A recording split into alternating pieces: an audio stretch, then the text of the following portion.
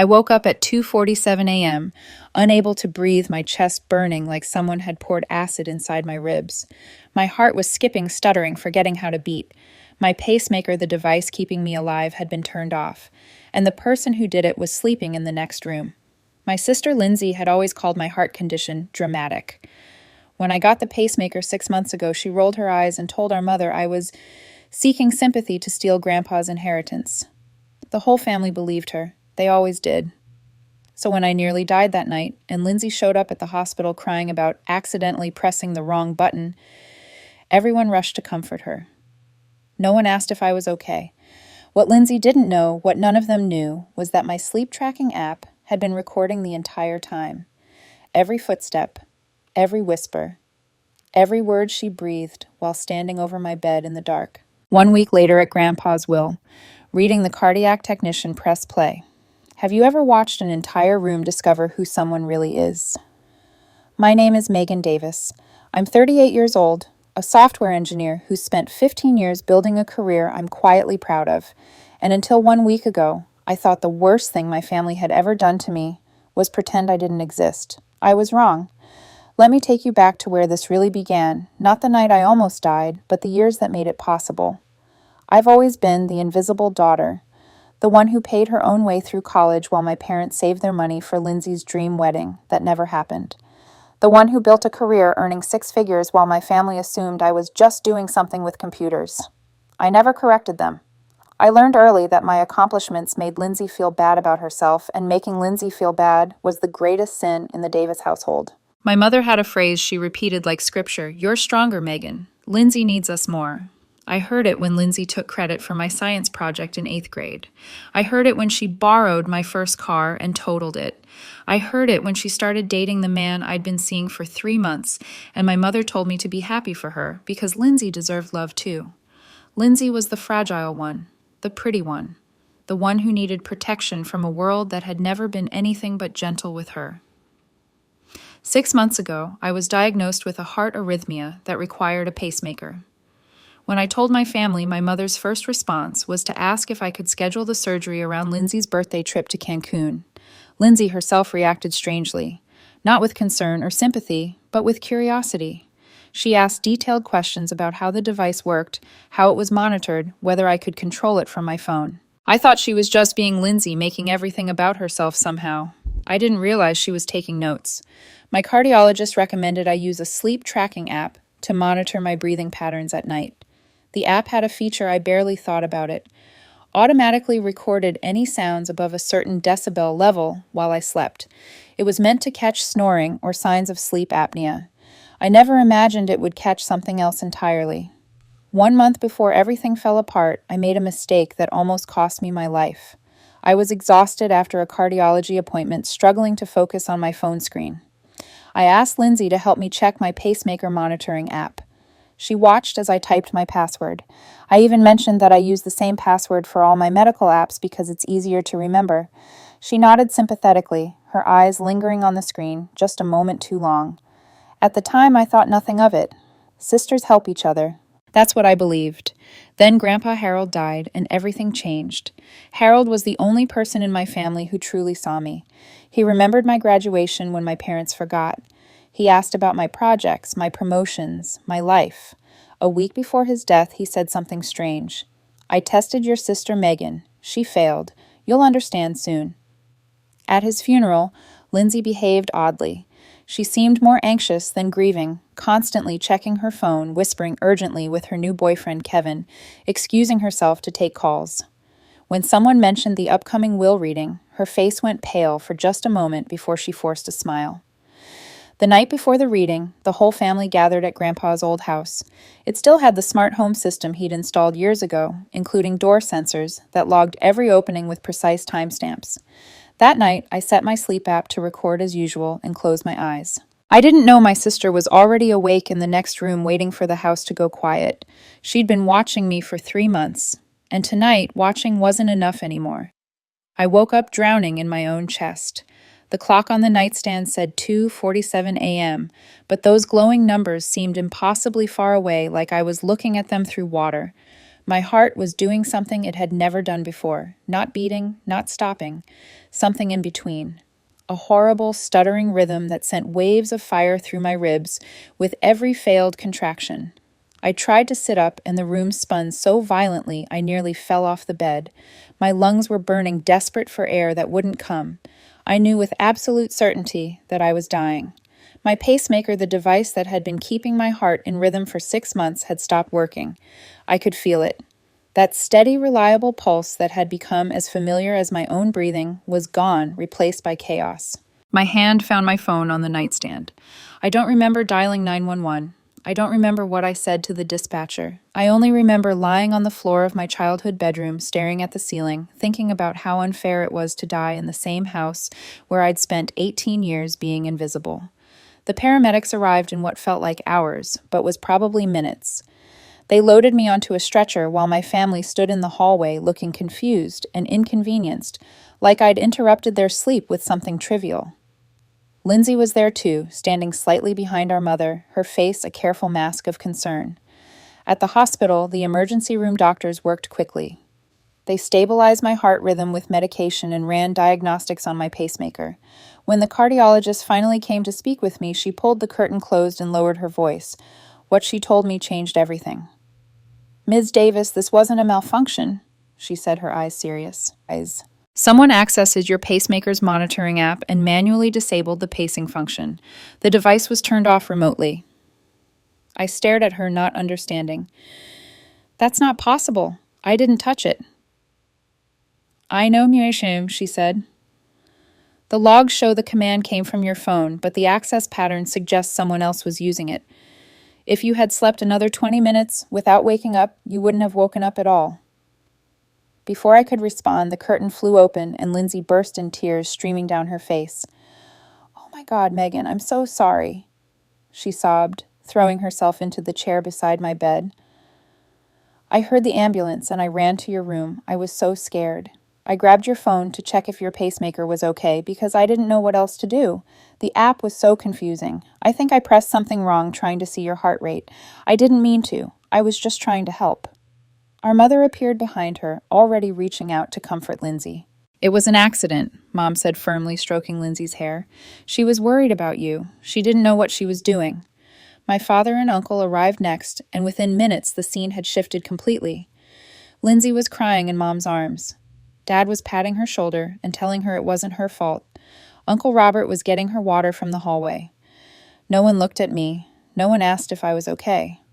The cardiologist watched this unfold with an expression I couldn't quite read, something between disbelief and disgust.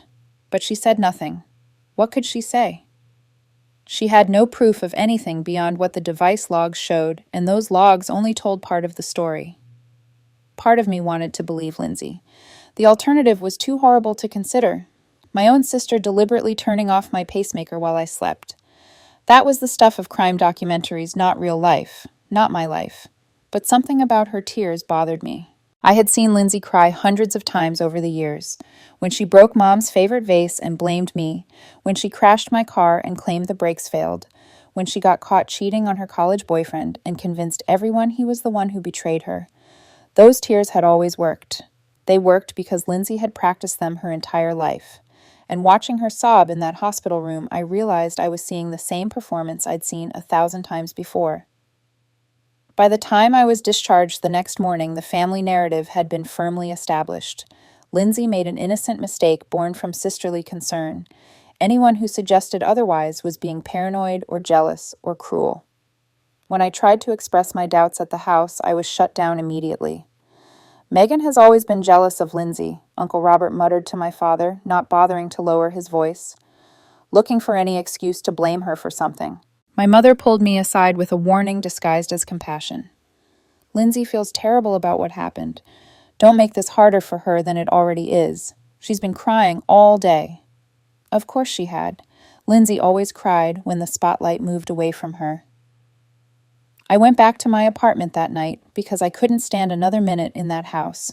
The will reading had been postponed 5 days due to my hospitalization, which meant 5 more days of pretending everything was normal. 5 more days of watching my family comfort the woman who had nearly killed me. I lay awake for hours, replaying Lindsay's performance in the hospital, the way she'd burst through that curtain at exactly the right moment, the way her tears had started flowing before she even saw me, the way she'd immediately launched into her explanation without anyone asking what happened. It was too smooth, too prepared, like she'd been rehearsing it, but I had no proof, just a feeling. Just 38 years of watching my sister lie her way out of consequences. Then 2 days later, everything changed. My phone rang with an unfamiliar number. The man on the other end introduced himself as Marcus, a technical specialist from the pacemaker manufacturer. He'd been assigned to review my account after the hospital flagged the incident as suspicious. What he told me made my blood run cold. "Ms. Davis, I need to ask you something, and I need you to be honest with me," he said carefully. "Have you been sharing your monitoring portal login with anyone? A family member, maybe a caregiver?" I told him no, just me. No one else had access. He was quiet for a moment. "That's what I was afraid of, because according to our records, someone has been logging into your account from a device that isn't your phone or your home computer, and this access pattern didn't start the night of your incident. It started 3 months ago." 3 months. My mind raced backward. 3 months ago, Lindsay had started asking questions about my pacemaker. 3 months ago, she'd begun watching me with that strange, calculating look. "They logged in regularly," Marcus continued. "Sometimes daily. They were reviewing your cardiac data, your heart rhythms, your battery status, your pacing thresholds. Ms. Davis, whoever this person is, they weren't just curious. They were studying how your device works. They were learning." I thanked him and hung up. My hands were shaking so badly I could barely hold the phone. This wasn't a panicked mistake in the middle of the night. This wasn't Lindsay grabbing my phone and accidentally pressing the wrong button. Someone had been planning this for months, watching, learning, waiting for the right moment. With trembling fingers, I opened my sleep tracking app. I had forgotten it was even running that night, the app that recorded sounds in my room while I slept. I scrolled to 2:13 a.m. and pressed play. First the creak of my bedroom door opening, then soft footsteps crossing the floor toward my bed, then my sister's voice barely above a whisper, "Just don't wake up, Megan. Just don't wake up. Then everything will finally be mine." I played that recording 17 times. Each time, Lindsay's whispered words cut deeper. "Just don't wake up, Megan. Just don't wake up. Then everything will finally be mine." This wasn't an accident. This wasn't confusion. This was my sister standing over my bed in the darkness, hoping I would die. I called Marcus back that same night and asked if he could help me understand exactly what the evidence showed. He agreed to review everything with me over a secure video call the next morning. I think he understood even then that this was more than a technical malfunction. This was attempted murder. When we connected the next day, Marcus walked me through the data with the patience of someone who had testified in court before. The picture it painted was damning. My sleep tracking app had captured the door to my bedroom opening at 2:13 a.m. The smart home sensors that Grandpa Harold had installed years ago confirmed the exact same timestamp. Lindsay's footsteps were audible on the recording, soft but distinct, crossing the wooden floor toward my bed. Then her whispered words. Then the sound of fingers tapping on a phone screen. The manufacturer's logs showed that at 2:14 a.m., someone accessed my pacemaker monitoring app and disabled the pacing function. The command originated from my own phone, which had been sitting on my nightstand while I slept. Lindsay had picked it up, entered my password, and turned off the device, keeping me alive. But that wasn't all. Marcus showed me the access history going back 3 months. Someone had been logging into my monitoring portal regularly, sometimes daily, from a device that matched neither my phone nor my computer. They had been studying my cardiac data, my heart rhythms, my pacing thresholds, my battery levels. They had been learning exactly how my pacemaker worked and what would happen if it stopped. "Ms. Davis," Marcus said quietly, "this level of preparation suggests premeditation. Whoever did this didn't make a split-second decision. They planned it." I knew who, but I still didn't understand why. Why had Lindsay started monitoring me 3 months ago? What had triggered this obsession? The answer came from an unexpected source. A friend of mine from college, Sarah, worked at a regional bank. We hadn't spoken in years, but when I reached out and explained that I needed information about someone's financial situation, she agreed to help. What she told me about Lindsay made everything click into place. My sister was drowning in debt, credit cards maxed out across 5 different accounts, personal loans defaulting, debt collectors calling her daily. The total was staggering.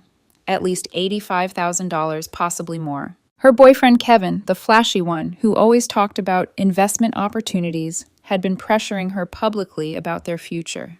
He wanted her to put money into his business venture, money she didn't have, money she was desperate to get. Then Sarah mentioned something else. 2 weeks before Grandpa Harold died, Lindsay had been seen leaving his study looking pale and shaken. Sarah's mother had been visiting that day and noticed Lindsay practically running out of the house. At the time, everyone assumed she was upset about Harold's declining health. But now I understood. Lindsay had overheard something. Probably Harold on the phone with his lawyer discussing the will, and she had learned that she was getting nothing. The pieces fell into place with sickening clarity. Lindsay had started monitoring my health data 3 months ago out of resentment and dark curiosity. My pacemaker represented something she had never seen in me before: vulnerability, weakness. For the first time in our lives, I needed something to survive, and that fascinated her in a way I don't want to fully understand. But back then, it was abstract, a dark fantasy filed away in the back of her mind. Then, 2 weeks before Harold died, she discovered she had been cut out of the will. Suddenly, that abstract fantasy became an urgent necessity. If I died before the will was read, everything might change. The estate might be divided differently. At the very least, there would be delays, complications, opportunities for her to manipulate the situation. The 3 months of monitoring had given her the knowledge. The will had given her the desperation. And the password I had foolishly shared 1 month ago had given her the final key. I was still processing all of this when my phone rang. The number was unfamiliar, but the voice on the other end made my heart stop. It was Aunt Patricia, my mother's younger sister. She had always been quiet at family gatherings, watching from the edges, never quite fitting in with the rest of the Davis clan. I had always liked her, though we rarely spoke. "Megan," she said, her voice trembling, "I need to talk to you. I should have said something years ago. I've been a coward, and I'm so sorry." We met at a coffee shop the next day. Patricia looked like she hadn't slept in days. She told me she had been carrying guilt for decades, watching Lindsay hurt me over and over while staying silent. The lies, the stolen credit for my accomplishments, the boyfriends Lindsay had deliberately taken from me just to prove she could. "I never spoke up because your mother always defended her," Patricia said, "and I was afraid of being cut off from the family. But after what happened this week, I can't stay quiet anymore." She revealed 2 things that changed everything. First, she told me about a conversation she'd had with Harold 2 years ago. He had given Lindsay $50,000 as a test. He told her it was to help our mother pay off some medical debt, but really he wanted to see what Lindsay would do with it. She bought a car, designer bags, a trip to Europe. She never gave our mother a single dollar. Harold had been watching, and he had rewritten his will shortly after. But the second thing Patricia told me was far worse. "Do you remember when your car brakes failed, Sean?" she asked. "You were 28. You almost died on the highway." I remembered. The mechanic had said the brake line was corroded. Probably just wear and tear. Bad luck. The day before that happened, Patricia continued, her voice barely above a whisper. "I saw Lindsay in the garage. She was under your car with a flashlight. When she noticed me, she jumped up and said she had dropped an earring. I believed her then. I wanted to believe her." She paused, tears forming in her eyes. "But after what happened this week, I can't stop thinking about it. What if the pacemaker wasn't the first time she tried to kill you?" I sat in silence, feeling the weight of 10 years of denial crashing down around me. My sister had tried to kill me before, and I had never known. That night I made a decision. I couldn't go to my family with this. They would close ranks around Lindsay like they always did. They would call me paranoid, jealous, unstable. They would protect the golden child and sacrifice me without a second thought. But the will reading was in 3 days. Everyone would be there. The family lawyer would be present. And for once, Lindsay wouldn't be able to control the narrative. I contacted the estate lawyer and requested permission to present information relevant to the family after the will was read. He agreed without asking too many questions. I asked Marcus if he would join via video call as a technical expert witness. He He said yes. I asked Aunt Patricia if she would attend and be ready to share what she had seen. She was terrified, but she agreed. The trap was set. The morning of the will reading, Lindsay walked in, wearing red lipstick and a confident smile, already mentally spending money she believed would be hers. She didn't notice me watching her from across the room. She didn't notice the laptop positioned to connect to Marcus. And she definitely didn't see Aunt Patricia sitting quietly in the corner, finally ready to speak the truth she'd buried for 10 years. The lawyer called the room to order at exactly 10 in the morning. 14 members of the Davis family sat in Harold's living room, arranged in a semicircle around the mahogany desk where generations of family business had been conducted. Lindsay had positioned herself front and center, her legs crossed, her posture radiating confidence. She had dressed for victory in a cream blazer and gold jewelry, already mentally decorating the house she planned to buy with her inheritance. I sat near the back, my laptop open on the side table next to me, connected to Marcus and waiting. Aunt Patricia had taken a seat in the far corner so quiet that most people hadn't even noticed her arrival. The lawyer, a stern man in his 60s named Richard Hoffman, cleared his throat and announced that Harold had left a video message to be played before the reading of the will. This was news to everyone except me. I had suspected Grandpa might do something like this. He had always believed in letting people speak for themselves, even from beyond the grave. The television screen at the front of the room flickered on, and suddenly Harold was there. His weathered face filled the frame, kind but serious, his eyes holding that sharp intelligence that age had never dimmed. "If you're watching this," he began, "I'm gone. And there are things this family needs to hear. Things I should have said while I was alive, but I was too much of a coward, too hopeful that people might change on their own." He paused, and his gaze seemed to find Lindsay even through the screen. 2 years ago, I gave Lindsay $50,000. I told her it was for her future, but I asked one thing in return. Help your mother pay off her medical debt. Your mother, my daughter, who spent 30 years taking care of this family. Lindsay promised she would. She looked me in the eye and swore on her grandmother's memory. His jaw tightened visibly. She bought a BMW, designer bags, a trip to Europe with her boyfriend. Her mother's medical bills went to collections. I received calls from debt collectors looking for my own daughter because Lindsay couldn't be bothered to keep her word. The room shifted. I heard my mother inhale sharply. Lindsay's confident smile began to crack. Harold continued, his voice growing heavier. But that's not the worst of it. 6 months before my death, I discovered that $30,000 had been transferred from my savings account without my knowledge. The bank traced the transaction to a computer in this house. I know exactly who took it. Lindsay started to cry then, but these tears were different from the ones I had seen at the hospital. These were panicked, cornered, desperate. The tears of someone watching their lies unravel in real time. "You might wonder why I didn't confront her," Harold said. "Why I didn't call the police and have my own granddaughter arrested. Because I'm a foolish old man who wanted to believe she might still have a conscience buried somewhere inside her. I gave her 6 months to confess. 6 months to come to me and tell the truth. I watched her at every Sunday dinner, waiting for her to find the courage to admit what she had done."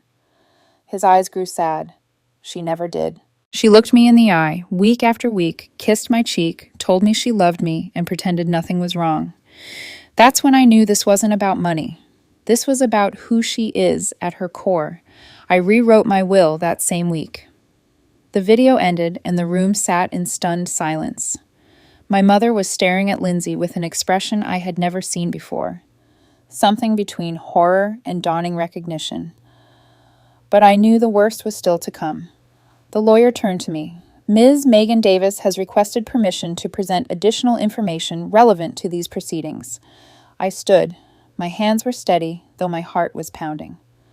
I connected my laptop to the television and initiated the video call with Marcus, whose face appeared on screen, looking calm and professional. "On the night before this will reading was originally scheduled," I said, addressing the room, "someone entered my bedroom at 2:13 in the morning and used my own phone to turn off my pacemaker, the device that keeps my heart beating. I would have died in my sleep if my heart hadn't woken me in time."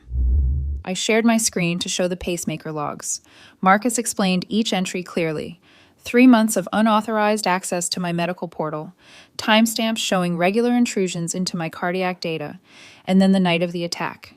the exact moment the disabling command was sent.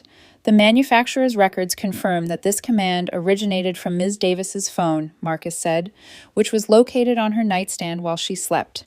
Someone else accessed the device and deliberately turned off the pacing function. Then I played the recording from my sleep tracking app. The room heard the creak of my bedroom door opening, soft footsteps crossing the floor, and then Lindsay's voice barely above a whisper, but unmistakable. "Just don't wake up, Megan. Just don't wake up. Then everything will finally be mine." Uncle Robert stumbled out of his chair and vomited into the trash can by the door. My mother's face went gray, drained of all color. My father gripped the armrest of his chair so hard his knuckles turned white. Lindsay screamed, "That's fake! She manipulated it. She's always been jealous of me. She made this up to steal my inheritance." Marcus spoke calmly from the video call. "I'm a certified technician with the device manufacturer. These logs are maintained on our secured servers and cannot be altered by patients or family members. The timestamps match perfectly with the smart home door sensor data from this house. This evidence would hold up in any court of law." The room thought the worst was over. It wasn't. Aunt Patricia rose slowly from her corner seat. Her voice shook, but it didn't break. "There's something else," she said. "Something I should have said 10 years ago. And God forgive me for staying silent all this time." She described an incident I had almost forgotten.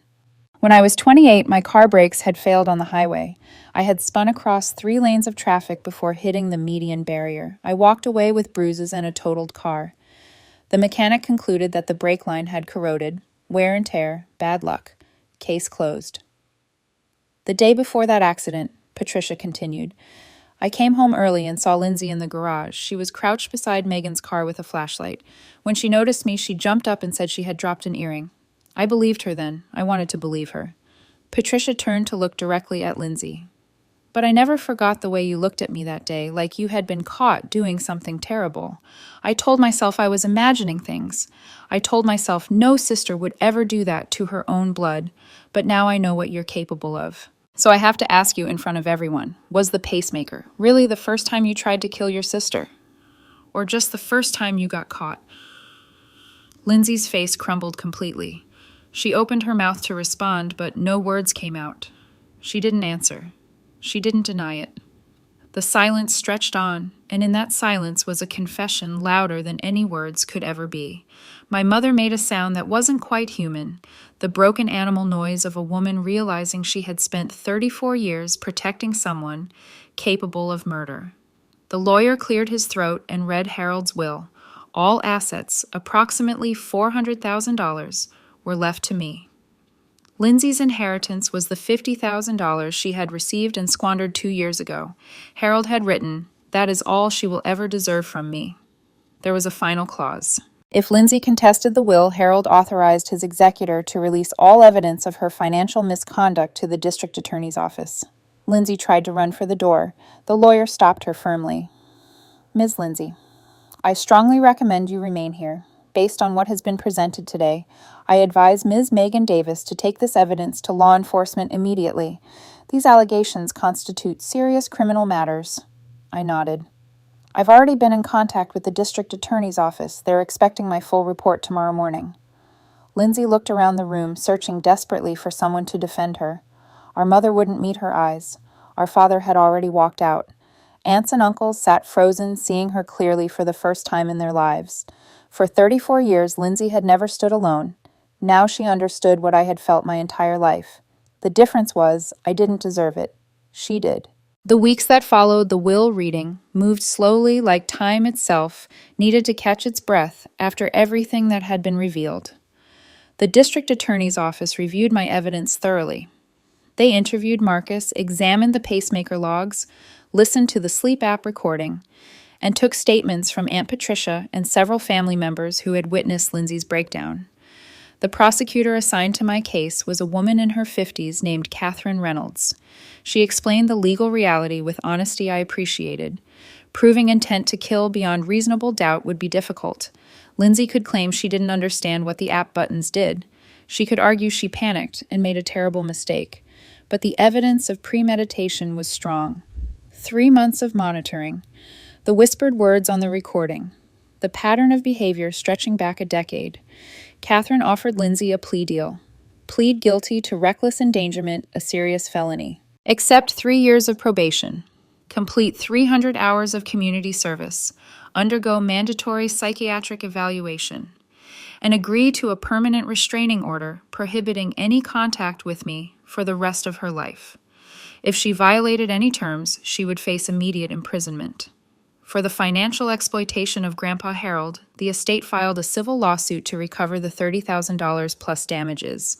The car incident from 10 years ago couldn't be prosecuted because the statute of limitations had expired, but the DA entered it into the record as evidence of a pattern of dangerous behavior which influenced the sentencing recommendation. Lindsay, facing the mountain of evidence and the real possibility of prison, accepted the plea deal.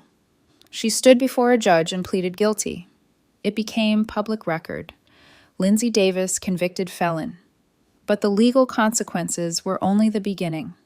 Kevin disappeared within 48 hours of the will reading. He had wanted access to family money, not a convicted criminal with a psychiatric evaluation requirement. Lindsay's carefully curated social media went dark after former friends began sharing the story. Colleagues at her marketing firm quietly distanced themselves, and she was laid off within 2 months. Relatives stopped including her in family group chats, holiday plans, Sunday dinners. No one destroyed Lindsay. No one needed to. Every consequence flowed naturally from her own choices. The house of cards she had built over 34 years collapsed under the weight of truth finally spoken aloud. She moved to a small apartment in another state, took a retail job, lives in anonymity now. The golden child became invisible, experiencing for the first time the erasure I had lived with my entire life. 3 weeks after the will reading, my mother appeared at my apartment door, unannounced. She didn't fall to her knees or sob dramatically. She just stood there looking 10 years older than she had a month ago. Her hands trembled at her sides. "I don't know where to begin," she said. "I don't know if there are words for what I did to you, not just recently, your whole life." I let her in. We sat across from each other at my kitchen table, a careful distance between us. "I replayed everything," she continued. "Every time you tried to tell me something was wrong. Every time I chose Lindsay over you. Every time I told you to be the bigger person while I made excuses for her." Her voice cracked. "I failed you, Megan. Completely. And I don't know if I can ever make it right." I was quiet for a long moment. Then I spoke the truth I had been holding inside for 38 years. "I don't need you to make it right, Mom. I needed you to protect me. You didn't. I needed you to see me. You didn't. I needed you to believe me. You didn't." She flinched, but didn't look away. "I'm not saying this to hurt you," I continued. "I'm saying it because it's true, and for once in my life, someone in this family is going to hear the truth without trying to soften it or explain it away." My mother nodded slowly, tears falling silently down her cheeks. "I don't need dramatic apologies, I said. "I need to see change, real change, and I need time to see if you're capable of it. So here's what's going to happen. You can call me once a week, we can have lunch once a month, and we'll see. But if you ever try to make excuses for Lindsay or suggest I should forgive her or imply that I'm being too hard on her, we're done. Permanently. Do you understand?" My mother whispered. "I understand." She didn't argue. She didn't minimize. For the first time in my memory, my mother simply listened. It wasn't forgiveness. It wasn't reconciliation. It was a door left slightly open with me holding the key. After the estate was settled, I inherited approximately $400,000 from Grandpa Harold. The first thing I did was donate $50,000 to establish the Harold Davis Heart Fund, providing financial assistance to uninsured patients who needed cardiac devices. The first grant went to a 57-year-old woman who couldn't afford her pacemaker surgery. Harold would have loved that.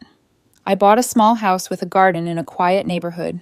I had dreamed of having a garden for years, but never believed I deserved one. I planted roses along the fence, my grandmother's favorite. Aunt Patricia became a regular visitor. We have dinner together every Sunday now, a new tradition built on honesty instead of obligation. She's the family I choose, and that means more than blood ever did. Marcus, the pacemaker technician, checks in occasionally. We've developed an unexpected friendship. He understands medical trauma in a way few people do. 6 months after everything happened, I received a text from an unknown number. I'm sorry, I was desperate. I didn't know what else to do. I hope someday you can understand. It was from Lindsay. I read it twice. Then I blocked the number without responding. Not from hatred, not from revenge, but from the hard-won understanding that some apologies aren't about making amends. They're about making the apologizer feel better. Lindsay isn't sorry for what she did. She's sorry she got caught, and I refuse to be the person who absolves her of that. Some doors need to stay closed, not as punishment, but as protection. People ask me sometimes if I've forgiven my sister. I tell them the truth. Forgiveness isn't about Lindsay. It's about me. It's about choosing not to carry the weight of her choices for the rest of my life. I've set that weight down. I've walked away. Every morning now, I look in the mirror and see the small scar on my chest, the place where my heart almost stopped beating forever. For a long time, I saw that scar as evidence of what was done to me. Now I see it differently. It's proof of what I survived. Proof that I'm still here. My grandfather once told me, "You don't need anyone to see your worth, Megan. You just need to see it yourself." I spent 38 years waiting for my family to recognize me, waiting for my mother to choose me, waiting for someone to stand up and say that Megan matters. I'm not waiting anymore. I matter because I say I do. I'm worthy because I've decided I am. And for the first time in my life, I don't need anyone else to agree. That's not revenge. That's not bitterness. That's just freedom. The kind you can only find when you finally choose yourself. Thank you for staying with me through Megan's story. This isn't just a tale about betrayal or revenge. It's about something deeper. It's about the courage to see yourself clearly when everyone around you refuses to. It's about understanding that family isn't defined by blood, but by how people treat you. And most importantly, it's about learning that you don't need anyone's permission to protect yourself. If there's one thing I hope you take from this story, it's this: your silence doesn't keep the peace. It only keeps you trapped. Speaking your truth might shake relationships. It might make people uncomfortable. But the people who truly love you will stay, and the ones who leave were only there for what you could give them, not for who you are. You deserve to be seen, you deserve to be believed, and you deserve to choose yourself even if no one else does. If this story touched you, if you saw yourself in Megan's struggle, or if you know someone who needs to hear this message, please subscribe to our channel and turn on notifications so you never miss another story. We share stories like this every week because we believe in the power of truth and healing. Now I want to hear from you. Have you ever had to set boundaries with family? Have you ever waited too long to speak up? Share your story in the comments below. Your experience might be exactly what someone else needs to hear today.